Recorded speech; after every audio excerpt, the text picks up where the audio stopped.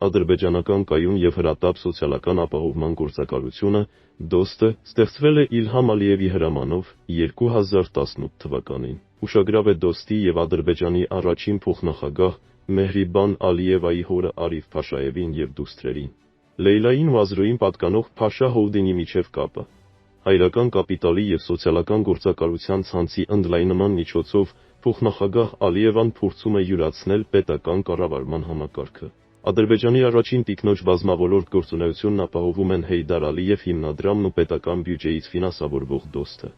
Հաշվի առնելով Մեհրիբան Ալիևայի գործունեությունն ու պաշտոնային առաջխաղացման տեմպերը, վերջին տարիներին Փաշաևների հետ ասոցացվող անձանց տարբեր պաշտոններում հաճախակի նշանակումներն ու Ադրբեջանի ամբողջ տարածքում նրանց անվան հետ կապվող ԴՈՍՏ կենտրոնների ստեղծման մտադրությունները, կարող ենք նշել, որ Ադրբեջանում իշխանությունը Նախիջևանյան կլանից կփոխանցվի Աբշերոնյան կլանին։